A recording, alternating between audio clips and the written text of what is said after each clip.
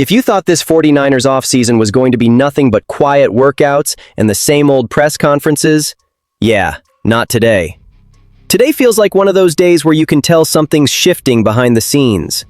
There's a financial move on the table that could buy real breathing room without cutting anyone. There's a speed option that could force defenses to change how they line up against us. There's a quarterback situation that could turn into a real market before the draft window even shuts. And there's one defensive coaching decision that could change the personality of this team at Levi's Stadium. Here's the thing. None of it is happening in a vacuum. It all connects. So as we get into this, keep one question in your head, faithful. Do you trust the plan? Or does this feel like the kind of offseason where one wrong decision starts a chain reaction? Because for the 49ers in 2026, it's not only about scheme and play design. It's math. Cold math. And math doesn't care how good something feels. We've been living in the Brock Purdy on a rookie deal era for a while. Stack the roster, pay premium talent, build something that almost looked unfair. Starter goes down, there's another legit guy right behind him. That's why it felt sustainable. That's why it felt like the window could stay wide open. But now the bill shows up. Purdy's extension is about to start hitting the cap hard over the next few years, and it changes the entire approach. Back then, you could carry luxuries. Now every dollar has to justify itself. And when you look at the projected cap space, around $23 million, it can trick you if you don't slow down and do the real math, because you're not spending all that. You've got the rookie pool coming. You've got in-season emergency money. And with this team's injury history, leaving a cushion isn't optional. It's survival. So once you set aside what you actually need, what's left is tight. Like you feel it in your stomach tight. And this is where I'll plant my flag. The smartest move on the board is finding space without sacrificing a locker room pillar. No panic cuts. No awkward, we had to do it statements. Just a clean, deliberate lever. That lever is a Trent Williams restructure. Yeah, the blindside wall. The guy who can change what your offense is allowed to do even if he never touches the ball. A restructure can create roughly $15.7 million in cap space. That's not theoretical relief, that's real oxygen. And it doesn't require a cap casualty. That's the key. The mechanics are pretty straightforward. You convert part of the salary into bonus, you tack on void years, and you spread the cap hit out. Trent gets his money up front, and the cap charge gets distributed across those added years. Now, people love to toss around kicking the can down the road. That's the label. And sure, that's the idea. But the cap rises almost every year. What stings today often stings less later.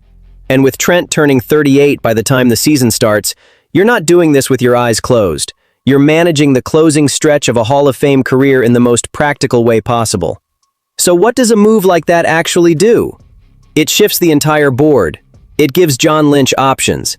It gives you flexibility to keep the roster functional while still making targeted moves, instead of praying you can patch holes with bargain bin miracles. And speaking of targeted moves, this one's been sitting in front of us. The offense needs speed. Not, yeah, he's quick. I'm talking real speed. The kind that makes safeties back up. The kind that creates chunk plays. The kind that makes defenses hesitate on 3rd and long because one bad angle turns into 6. That's why one name keeps finding its way into the conversation. Calvin Austin. No, it's not the splashy, headline-dominating name. It's not the kind of signing that melts everyone's feed, but it's exactly the type of bet smart teams make when the cap gets tighter. Austin is hitting free agency for the first time, and he'll only be 27 next season. That matters. Free agency is usually where you're shopping for decline years. This isn't that. This is still prime window territory. And look, his production isn't a perfect upward climb, and I understand why that makes people nervous if they're only box score scouting. He missed his rookie season with injury, then went from 187 yards to 573, then dropped to 380. But context matters. Quarterback changes matter. Usage changes matter. Target priorities shift. With Aaron Rodgers, his average depth of target dipped, the ball came out shorter, and you saw Rodgers lean toward familiarity with other guys. That doesn't erase what Austin does well: acceleration, separation, and the ability to turn a small window into a big play. Now picture him in the right structure: motion, Play action.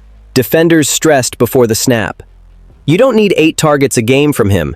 You need 2 touches at the right time, 1 clean release, 1 defender leaning the wrong way, and suddenly the entire field opens up. And there's another layer people sometimes skip over: special teams. Austin has kick return experience. That's not just a nice bonus. Hidden yards are real. Short fields are real. Those little swings change how a game feels, and you know it when you're watching. If you can add a speed piece who brings juice on offense and contributes in the return game, that's efficient roster building. Then you get to the money side. The contract projection being tossed around is around 2 years, $9.7 million. That's not pocket change, but in today's NFL, for a player with that type of speed upside, it's a reasonable swing. If it hits, it looks like a front office win. If it doesn't torch your whole plan. So I'm asking you straight, why not? The offense needs the element. The cost is workable. The fit makes sense. And when you combine that with the breathing room a Trent restructure could create, you can see how the pieces start lining up. And if that's already getting your brain moving, the next part is the one that always sets the comments on fire. Quarterback. Kyle Shanahan said at the end of the season he'd be surprised if Mac Jones isn't back with the 49ers in 2026. And I get how that sounds on the surface, like the door just closed. It didn't. It's more like the door got pulled mostly shut, but someone's still holding it from the inside. Because until the draft passes, this is going to stay on the table. And the truth is, Mac Jones has value in this league. Not as a problem, not as a burden, as an asset. A quarterback who's played real NFL snaps, who understands structure, and who, on the right team, could start immediately. And when you look around the league, you see teams that are desperate at quarterback. Not, we'd like an upgrade desperate, actual desperation.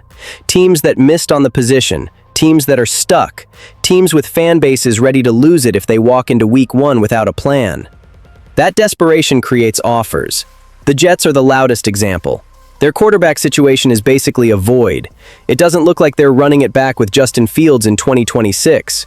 Even if they did, that still doesn't feel like something you can lean on long term. Matt could step into that building and stabilize the room right away. They're picking number 2 overall, and no, that's not happening. But the second round pick, 34th overall, that's the one that makes you pause. I'm not saying trading Mac is the best move. I'm not. But if someone puts that kind of pick in the conversation, you listen. That's how you build depth, reset flexibility, and reload. Miami is a different situation, but it's intriguing. They have Tua Tagovailoa, and they also have questions because of Tua Tagovailoa. They're tied to that contract, and if a new regime decides it wants a different direction, a quarterback like Mac becomes a functional bridge right away. And Miami picking number 11 in every round gives the whole conversation a clean structure. It's predictable. It's negotiable. Then there's the scenario that makes people uncomfortable. Arizona, a division opponent. Teams hate dealing within the division for good reason. But the question still sits there. Have the Cardinals actually been a serious threat to the 49ers recently? It's awkward to even talk about, but on paper, it's a long shot, not an impossible one. They have high picks, and they'd know exactly what Mac is and isn't. That lowers their risk and makes it easier for them to pay the right price. Atlanta makes sense too. Since Matt Ryan left, it's been a revolving door. They've been trying to find stability and coming up empty.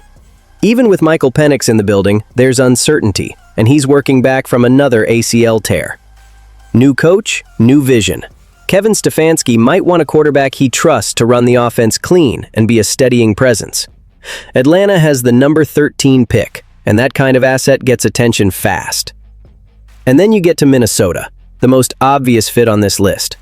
A roster that's ready to make a playoff run. An offense that's loaded. It's been said they have Mac on their radar, and it makes sense. Now, no, you're not getting Justin Jefferson. That's fan fantasy, not reality. The more realistic conversation is draft capital, and maybe Jordan Addison. Minnesota gets its quarterback solution. The 49ers get a pick and a young receiver with speed, something this team clearly needs. So here's the line that splits the faithful. Do you keep that safety net at quarterback, or do you turn that value into fuel for the roster? Either choice sends a message. And while everyone's going back and forth on quarterbacks, there's another decision happening that could define the season. Defensive coordinator. Offense starts arguments. Defense defines legacy.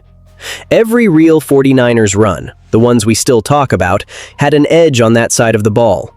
Pressure. Discipline. A pass rush that changes games. A locker room identity that travels. Right now, the 49ers have interviewed 3 known candidates: Raheem Morris, Gus Bradley, and Joe Woods. 3 paths. And to me, one stands out. Joe Woods brings familiarity with Kyle Shanahan. He's been in the same coaching circles, and there's a comfort factor in that. But comfort doesn't win in January. Cleveland moved on from him, hired Jim Schwartz, and the defense took off. He went to New Orleans and didn't call plays under Dennis Allen. Then last year in Las Vegas, he handled passing down duties, and even with shaky personnel, you didn't see signs he was lifting the whole thing. Gus Bradley is familiar too. He was with the 49ers as an assistant last year, so on paper, it feels smooth, minimal disruption. But the concern is the ceiling. He's had coordinator opportunities since his last head coaching stint, and none of them ended with a defense that scared you. The Colts improved without him. If you go that route, you're betting on stability, not a jump. Now look at Raheem Morris. This is where the conversation changes, because it's not about theory, it's about results. Morris won 16 games with Kirk Cousins coming off an Achilles injury and an injury-prone Michael Penix who hasn't proven much in the league. That doesn't happen unless the defense is coached at a high level. His run with the Rams was strong enough that it helped open the door for another head coaching opportunity. The league doesn't hand that out unless your work shows up on Sundays. And the best part is, the fit doesn't require tearing everything down. Morris runs a similar structure to what Robert Saleh brought, but he adds wrinkles, more disguise, more flexibility, less predictability. It's not a revolution, it's an evolution. And with this roster, squeezing every ounce out of the window matters. There's also the leadership part. Morris has led a building. He's dealt with pressure. He's navigated adversity. A defensive coordinator isn't just drawing up blitzes. It's keeping the unit's identity intact when injuries hit, when chemistry gets tested, when the offense has a rough patch and the defense has to carry weight. So if we're choosing between the 3 interviewed names, it doesn't feel like a true toss-up. One gives you familiarity without recent proof. One gives you comfort with a low ceiling. One gives you a real chance at a defensive upgrade that matches where this franchise is right now. Because the 49ers aren't in a play-it-safe stage. They're in a window where calculated moves matter more than comfortable ones. When you put all of it together, the picture is pretty clear. This team isn't standing still, it's adjusting the clock. A cap move can keep the roster strong without panic cuts. A speed swing can unlock chunk plays and force defenses to respect the deep part of the field. A quarterback asset can become real draft fuel, and the right defensive coordinator can reshape the identity that wins games at Levi's Stadium. Now I want it from you, Niner Gang. Which one of these moves hits you the hardest as a fan? Which decision makes you nervous, and which one gets you fired up? Drop your take in the comments, hit like, and subscribe if you're riding with the red and gold. Because this offseason isn't just about headlines, it's about direction.